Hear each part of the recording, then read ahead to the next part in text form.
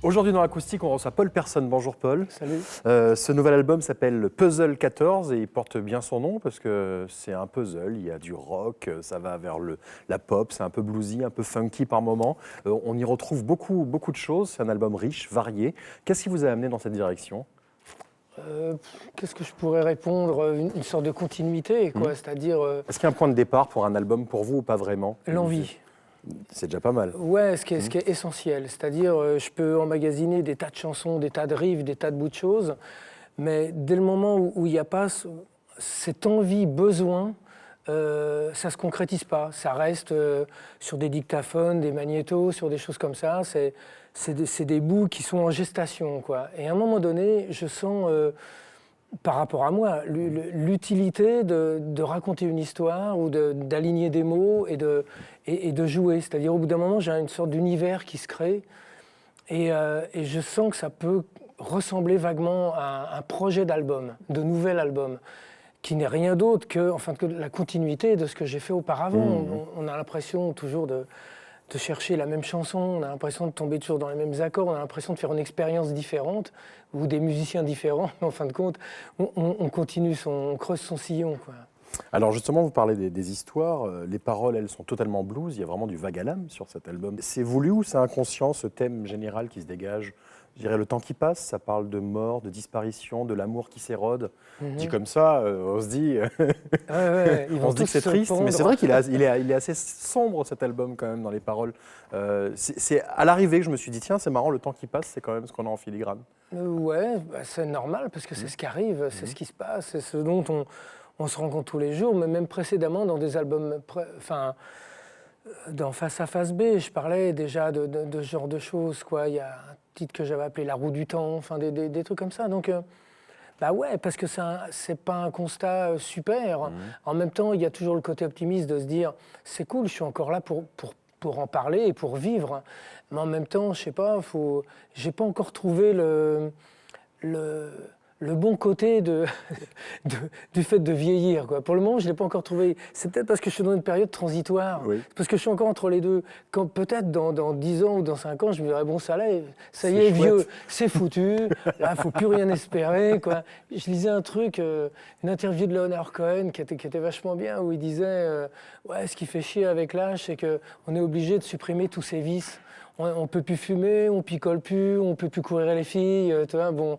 Donc peut-être qu'il y a un moment où on arrive à prendre un parti de ça et puis de se dire, ok vieux, voilà, bon, prends le temps qui te reste à vivre. Bon, mais quand tu es entre les deux, que tu as encore de l'énergie, que tu as encore machin, bon. Et puis c'est un truc que je constate, voilà, pas spécialement par rapport à moi, autour de moi. Et tout. Je pense que c'est des choses qui deviennent un petit peu obsédante au bout d'un moment. C'est universel, ça touche tout le monde. Ça vous fait du bien d'écrire ces chansons ? Ou alors d'écrire les paroles ? Ou alors le plaisir, il est quand même plus dans la musique ? Ah, c'est vraiment un mélange, quoi. Au départ, ouais, j'ai plus tendance à avoir plein de mélodies, plein de choses dans la tête, plus des atmosphères musicales, plutôt que de dire, tiens, là, je vais faire un rock ou un machin et tout. Je m'en fous un peu de ça. Et pour les mots, par contre, j'entasse des tas de réflexions ou des tas de sentiments perso, comme ça, que je griffonne, ou j'ai un dictaphone dans la bagnole, j'ai un cahier sur la table de nuit. Alors, il y a des moments, il ne faut pas que je me réveille, alors j'écris sur la page, c'est n'importe quoi le lendemain matin, j'arrive plus à relire, enfin bon. Mais c'est juste des trucs comme ça, ouais, dont c'est important de le sortir, de le dire, pas forcément comme une psychanalyse ou un truc comme ça, mais je pense, ouais, enfin, un écrivain en parlerait vachement mieux que moi, mais voilà. Mais à part que moi, c'est des sentiments simples, quoi. J'essaie pas de romancer ou de faire quoi que ce soit autour de ça, j'essaie juste de lâcher la chose comme ça, quoi.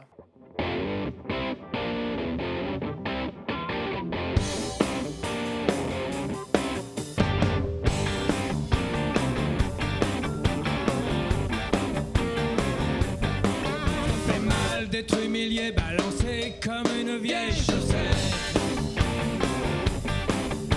Mal d'être oublié, méprisé, traité comme de la merde.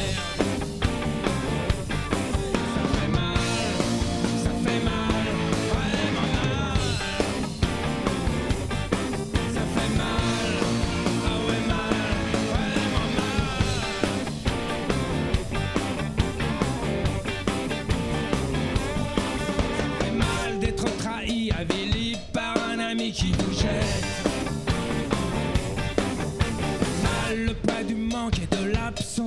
tout ce qu'on est.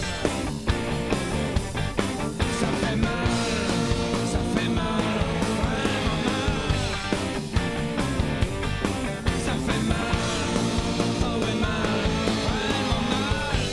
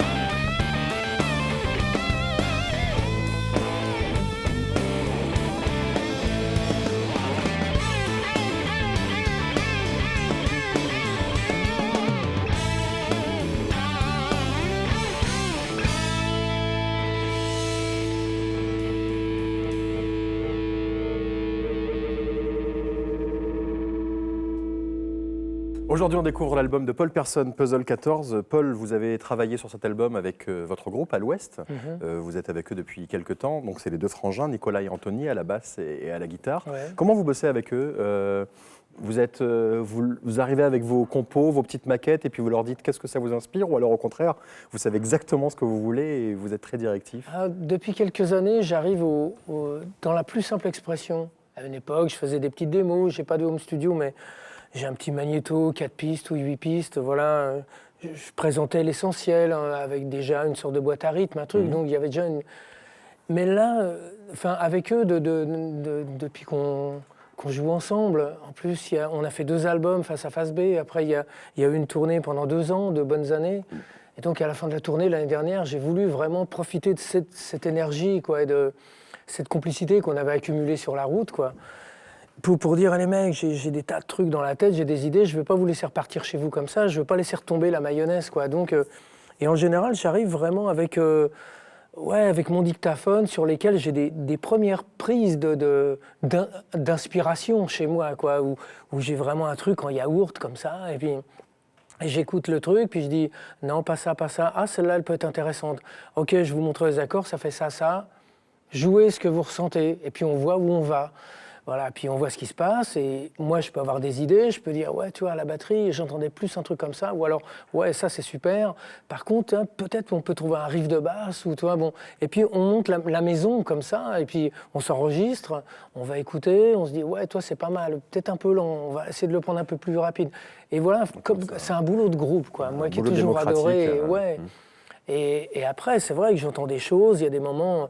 Voilà, j'entends un riff qui sort comme ça dans la tête, et je peux être indiquer des choses, puis dire à Tony, le guitariste, ouais, tu pourrais pas faire ce riff-là pendant que je chante, comme ça, moi je fais la rythmique, je suis plus à l'aise, puis on se trouve le truc, les guitares en quinte, les trucs à deux, des complémentarités de guitare, j'adore ça. Et on a voulu, enfin moi j'ai voulu garder cette simplicité de guitare basse batterie, quoi, ce style. Groupe anglais, là, on est dans la base même du rock, on est dans les racines. Voilà, on met pas trop de superflu autour, même si sur l'album, étant un piètre clavier bien évidemment, mais je sais faire 2-3 accords, donc j'ai mis des petits trucs, des petites nappes, voilà, style orgamon, style machin, voilà, des tambourins, des trucs, mais j'ai voulu quand même garder un son brut, et la manière dont on joue là sur scène, du coup, il n'y a pas de musicien additionnel, se réduit, ouais, plus simple expression. Ouais. Un mot de la pochette qui fait très, je sais pas, rock années 70, américain. Enfin, c'est ce que ça m'a évoqué en tout cas, un côté psychédélique. Ouais. C'était ce que vous vouliez? Ouais, c'est une vieille culture. Je suis un ado des années 60, quoi. Donc j'ai été élevé avec ça, avec des tas de choses. Et à un moment donné, j'adorais ce qui se passait là-bas en Californie, et puis ces pochettes où les mecs déliraient, où le design, d'ailleurs, en 30 cm était vachement important. Il y avait les affiches aussi de Fillmore West, Fillmore East, où il y avait tous ces groupes qui passaient, Grateful Dead, Jefferson Airplane, Santana, Jimi Hendrix, tout ça. Donc il y avait des designers de folie, quoi. Et donc j'ai toujours aimé ça, et je cherchais quelque chose comme ça. Et c'est vrai qu'avec comment il s'appelle, Mathieu Van Écoute, je crois, qui a fait des choses comme ça. On m'a montré un extrait de générique de film qu'il avait fait, et j'ai trouvé ça géant. Donc on est parti avec lui pour avoir l'idée du clip. Et donc c'était, voilà, je voulais pas apparaître sur le clip, tu vois. Et c'est de là que ça m'arrangeait méchamment. Voilà, et je lui ai dit, on a vu avec lui pour qu'il y ait vraiment un suivi, que ça soit la pochette, toute cette idée un peu psyché, avec l'aigle au milieu et tout. Voilà, très coloré. Je voulais pas du tout un truc blues noir et blanc avec le mec assis au bar. Tu vois, bon, je voulais l'antithèse de ça. Surtout que c'est pas ce qu'est l'album. Donc merci beaucoup en tout cas, Paul. Merci à toi. Ouais. Vous êtes le bienvenu pour le prochain et le suivant. Paul Persson, album Puzzle 14.